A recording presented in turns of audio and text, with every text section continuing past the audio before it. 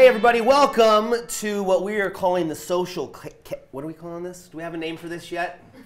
The social cast, the social Bluebook cast. My name's Shay Carl, we're here at Vid Summit in Los Angeles, California, and this is a podcast about creators for creators. We want to talk to the experts in the field of video creation, entrepreneurial, online vanguards, or whatever you want to call them. Our goal here is to help you as somebody who potentially wants to be a creator, or maybe you're already making videos, to find the tips and tricks and get some advice from some of the leading experts in the industry. So today, our very first guest, we're glad to have him here. He's a whiz kid from Atlanta, smart dude. The first time I listened to you talk, I was like, listening to this guy, because I'm like, he's got some good things to say. So put your hands together. I don't care if you're holding your iPhone, set it down. Let's hear it for Roberto Blake, everybody. And thanks to our in-studio audience for their participation today. We appreciate it. Yeah. What's up, man? Hey, how's it going, man? Good to see you. Good to see you. Thanks so much for having me. Appreciate it. So we have something in common. We're both investors in Social Bluebook. Yes, we are. I invested in Social Bluebook about 4 years ago. Right on. Is that right, Chad? Yep. About 4 years ago. So I knew Chad from the Clip Critics. It's always like, Chad from the Clip. That's hard to say. I was trying to say that sometimes Clip Critics.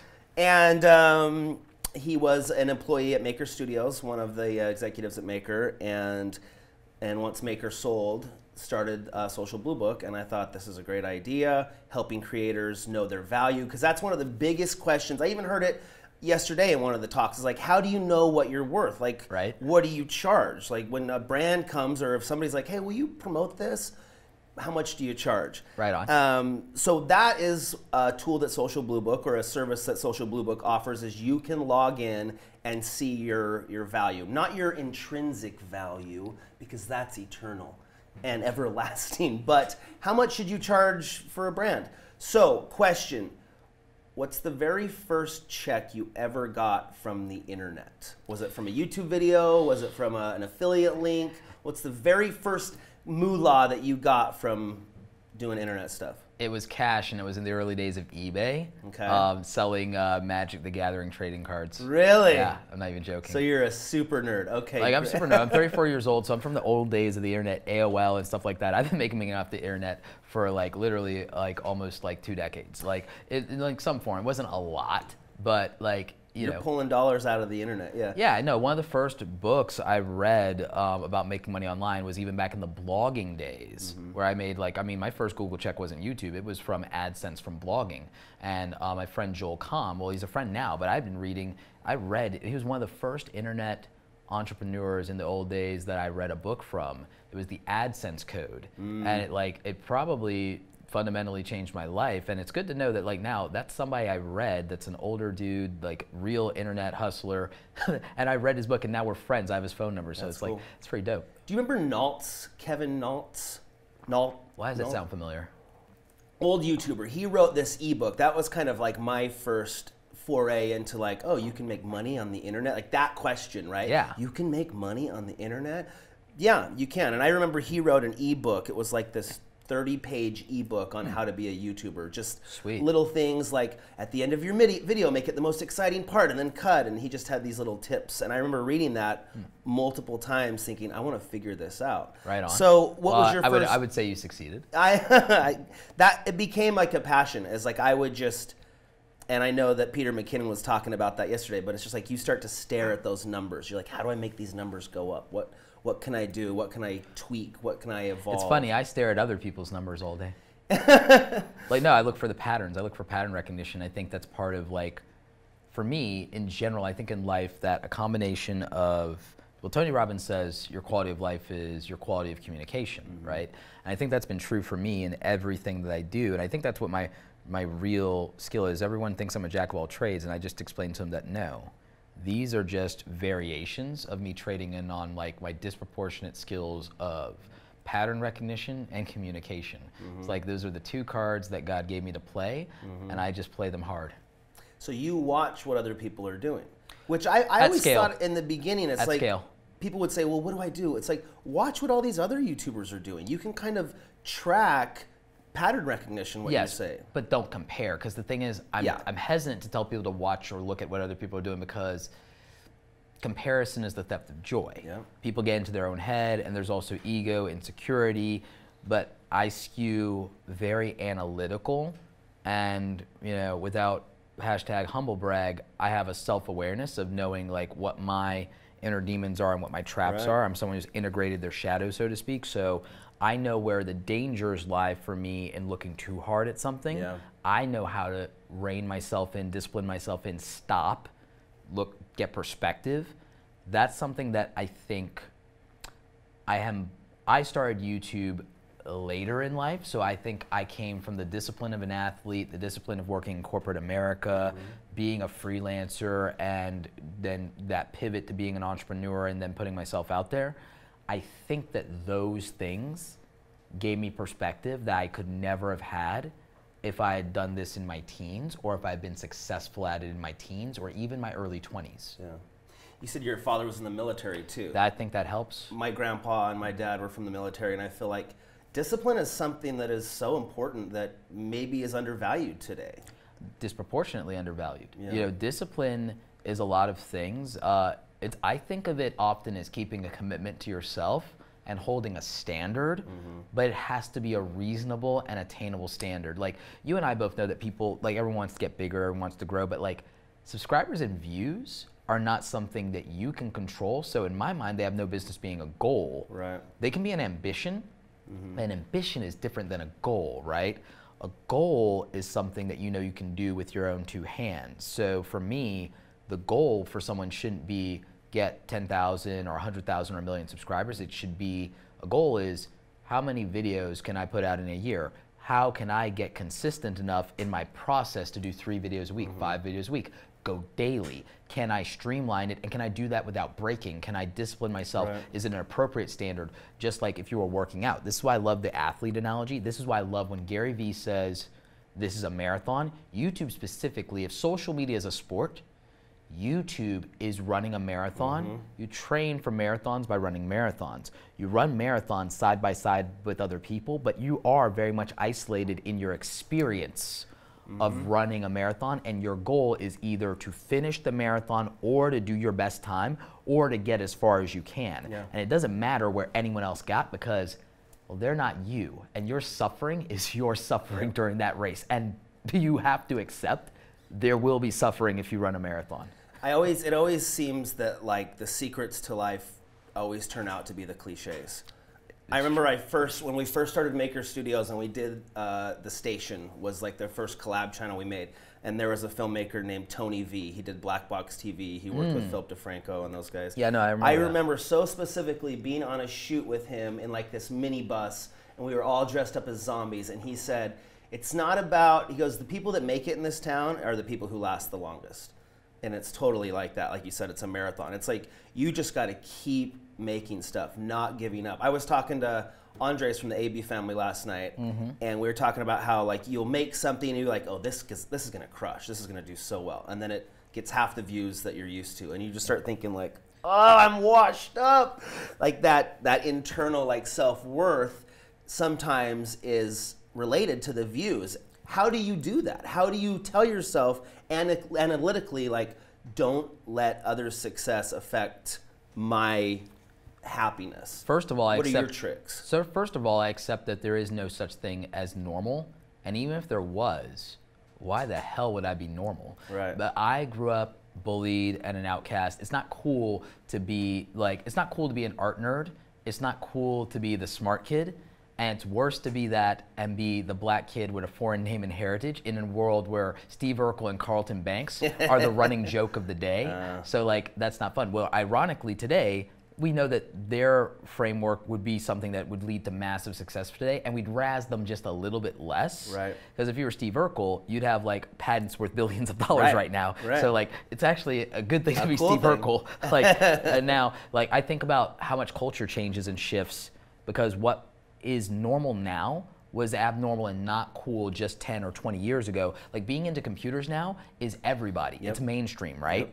And it's cool to be an internet and computer nerd, and it's cool to be into audio and video and photography because now, oh, well, can you make me Instagram famous? Or let's do a YouTube music video, or yeah, we're gonna go out and crush it and we're gonna be successful. We're gonna be the Paul brothers. We're gonna, like now being into AV stuff is cool, whereas 20 years ago, haha, you're a Navy club, you nerd. Now it'd be like, oh, those are the rock stars. If I went back in time with exactly who I am now with the culture shift, like if I would like age down, like, you know, like 15 Benjamin going on 30 or whatever, style. Benjamin, like if I aged down and I was like back in high school, I'd be a golden god right now, right? We know that this is like the real, right? Being into comic books is normalized now because of what Marvel's doing and crushing it. So the perspective of, okay, am I gonna be historically correct? Am I gonna be on the right side of history in the end?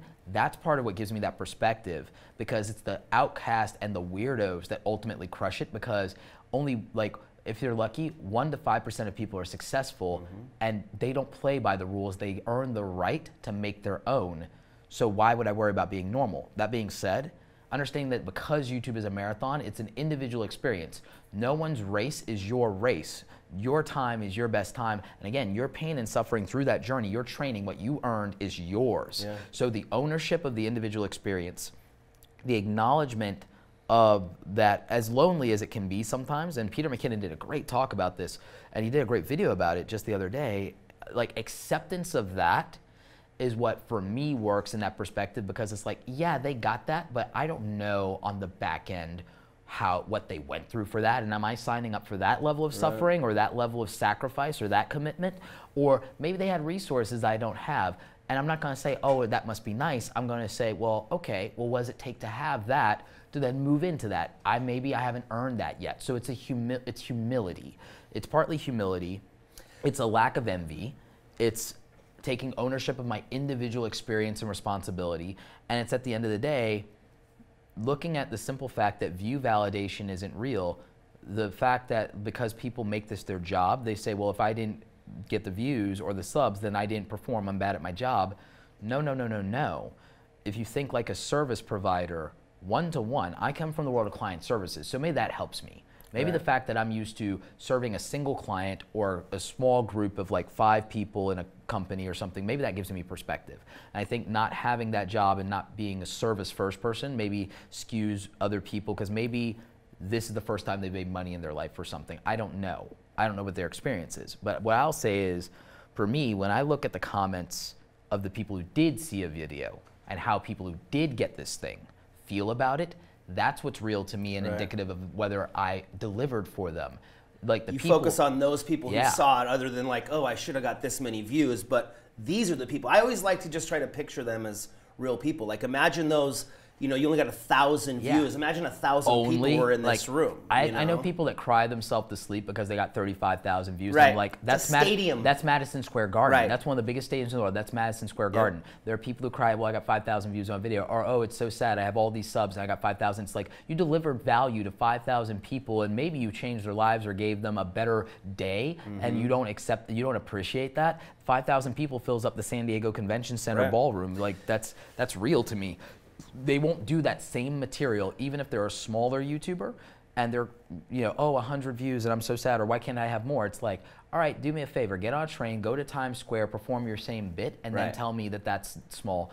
Go to Grand Central Station, do that bit in front of 30 people in the middle of Grand Central Station, and try not to cry or chicken out or wet yourself, and then tell me that's small. So, so Social Bluebook is all about tools for creators, but it seems like and yesterday was Mental Health Awareness Day. It seems like so much of this kind of requires a strong mental health. YouTube, it dawns on me, makes it so none of us ever have to be lonely again. You can find a like-minded person anywhere. Like you're saying, like the term nerd is almost like a term of endearment now. Yeah, it's like, a badge of honor. Yeah, like you're a nerd, like cool, me too. Yeah. It makes the world a glass ball, I think. I love that. YouTube is like, we can all see each other now. There's people in Kuwait watching me wrestle with my kids and connecting. Maybe they don't have that in their life. And it's like, I feel like these cultural lines are gonna start to blend together, where it's like we're going to become more alike because we can see each other in a way where we never could before. Isolation, like this is philosophically deep, but isolation comes down to the walls, the protective barriers that we put up between our heart to other people that like isolate us and keep us from true connection and feeling and loving each other. Because the thing about, and again, this is deep, this is heady, but like the thing about it to me is in the 48 Laws of Power, great book, it talks about not isolating yourself, no man's an island, that you're really cutting yourself off from resources. Yeah. The walls that we put up in our identity, in our ideology, in our culture, in the vanity and our pridefulness actually keep us from people who can deliver value for us and people that can help us, people who can save us from ourselves. That was one of my questions for you, actually. Like that's real to me, and I think that people who are going to grow up in this new culture in the 21st century, that there'll be no tangible barrier for them to experience another culture or another person's point of view, and saying that I, as a individual, relate to you more as another human being than the people that are at arm's length to for me to reach on. Because yes, by an accident of biology, those people are my family. By an accident of rolling the dice, I was born in that country at that particular time in the world, and yet none of those people relate to me as an individual, and I feel isolated and alone. If that was like 20 years ago, you're essentially doomed and forced to conform and live a life of silent suffering to survive because you're forced to fit in. Right. Now you can pick and choose, because where you sit is where you stand. Who you sit down with, the 5 people that you sit down with to lunch every day, shows you where your lines in the sand are and what you stand up for and what you stand for. But now you can choose that individual identity instead of being forced into a collective that you were never meant to be a part of. Yeah, I thought about that when I started making friends on the internet. It was like I've been my whole life forced just to become friends with the people that I was geographically placed. But it's like I could start picking people from all over the world that I could start to see. Which allows you to retain your individual identity. Yeah, it's like I'm more like this guy than anybody in my high school. You know, like I want to be friends with him, but he lives in Florida and he's in a rock band, you know, but like I became friends with Charles Trippy. You know, it's like these people that, you know, you meet that are more like you than anybody that you're surrounded by. That's really interesting. Yeah. What I was going to ask you is, what is the value of 2 creators working together? I keep having this term in my mind that it's like the sum is greater than the equal of our parts, or like 1 + 1 equals 3. Okay, so yeah, the whole is greater than the sum of its parts. The whole is greater than the sum of its parts. Right, the whole is greater than the sum of its parts. It comes down to me I look at how systems work. And again, this is a little heady. I look at systems, complex machines. I also look at entomology and human behavior. It's a big deal to me. It's like, these are things I don't necessarily even get to convey in my channel of how my brain works, because that's not what people signed up for. But do you want to? Is that something that you would like to make more of? I'm working it in, and I'm actually going more to podcasting for that purpose, because it allows me to add more value and to go a deeper layer. And I also love that I get to give unique value in interviews like this with people like you, because it's now something different, and for my audience and for your audience, in a way for them to experience me. And then you get to have like exclusives. So like I dig that. FOMO, you know, so fear of missing out. But like, to your point, the value of the collaborations goes even beyond, like, a lot of people think about, oh yeah, we're going to share and exchange subs, but it goes beyond that. Part of what Vid Summit started with, and even you knowing, like, you know, with the folks that you came up with on the platform, and even the ethos of Maker, was about pooling information and resources and also supporting each other. A collaboration goes beyond, oh yeah, we're going to collab on each other's channel, we're going to share each other in the community tab, we're going to tweet each other. It goes beyond that. It goes to, hey, when I get a brand deal, if you fit for that, I'm going to talk you up to the agency or to the brand and say, you should really, like, just the other day, I mean, not to name drop, but just the other day I got a brand deal, a significant one, as like, you know, I know you guys probably have a short list, or if you haven't filled it out, you should reach out to 2 of my friends. You should reach out to Sarah Dici, who's also speaking here at Vid Summit, and you should reach out to Sam Sheffer. They are great people in the community. They do this and this. There's content. I don't know if you've heard of them. Excuse me. And I talked up my friends, 1, because I believe they can deliver for the brand, and then 2, I want to, and I didn't even tell them that until later. I was like, oh, just in case, be aware that someone might reach out to you from blah, blah, blah, because I mentioned you. But it wasn't to make them owe me one. It was because I genuinely know that there's only so much stuff to go around, and I would rather know that I played a role in making sure that the right people are in place for those opportunities that I know of. Right. Can I deliver value for my friends and also for the brands that I care about? Because I only work with brands that I love. Or that I believe have value to my audience, even if it's not my first choice. It's like, but that's in my audience's budget, whereas I might have more extravagant taste in something or a tool that I prefer, deliver that value. So it's like, okay, who else can help push that message? Right.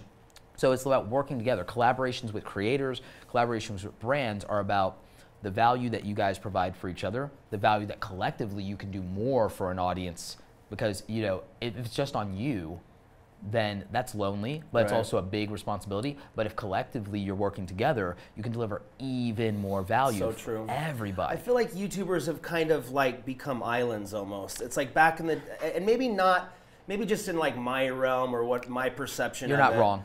It seems like back in the day, people got together a little bit more, and then people had so much success. You got the Rhett and Links. They're, these big YouTubers are like their own businesses and have multiple streams of revenue. Well, they're not working together. Well, when you started, everything was more flat because YouTube was a specific type of nerd thing. Yeah. It was a place for misfits and outcasts, so to speak, because again, it was people sharing aspects of themselves and their lives on the internet.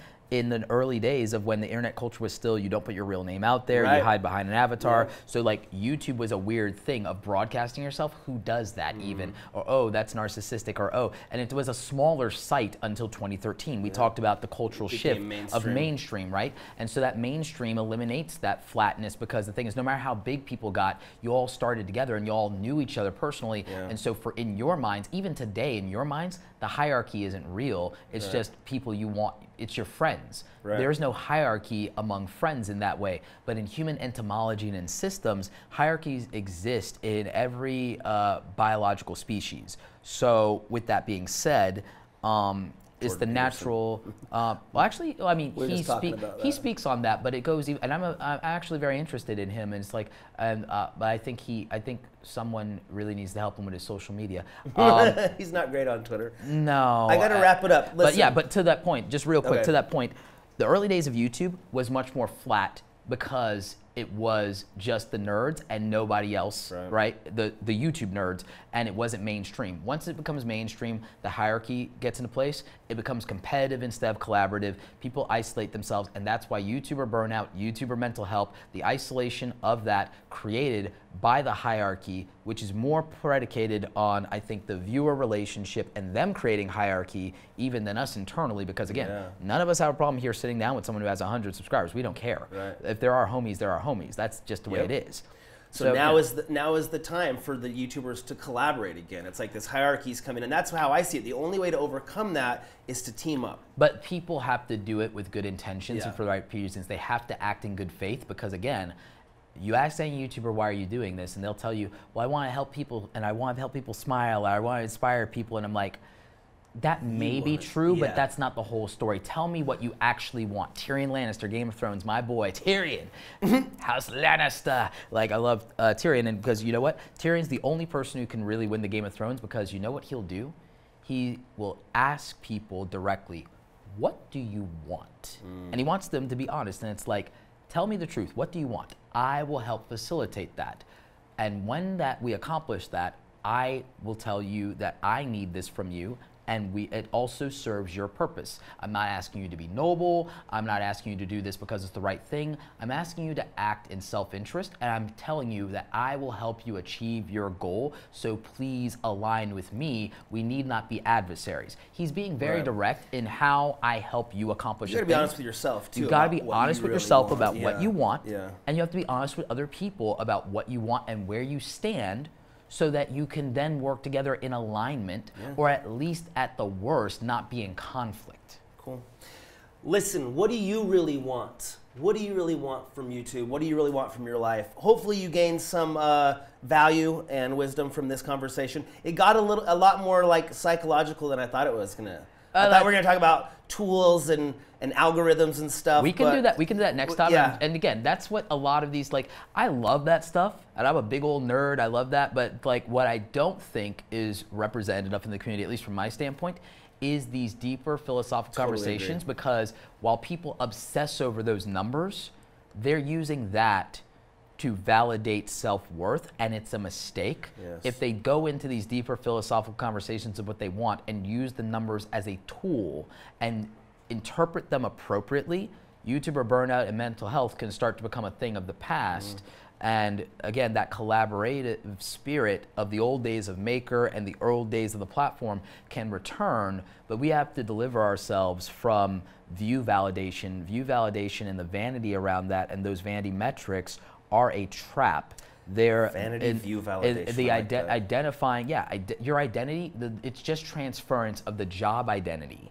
And that can be stripped of you, and your agency can be stripped of you with the simple words, you're fired. Like that strips away your identity, your sense of self-worth, your ability to earn, all in an instant. And for content creators, they think that YouTube is their exit from that mentality, and yet the way they're operating right now, it's not. It's just another version of it. But the difference is the infrastructure and hierarchy of YouTube is not set in stone, unlike the traditional model. And there aren't necessarily gatekeepers beyond the ones up here in that. So if the YouTubers themselves, if creators themselves can change, the culture can change, because we're not the old media. Right. So we are more fluid, and we have power together, and we can decide where we want to be anytime we want. Amen. Listen, thank you for being here. Absolutely. You guys follow him on all the social medias. We'll leave links below. Really appreciate all your words, Roberto. Yeah, thank you so much, man. Cool. Cheers. Follow Social Bluebook also.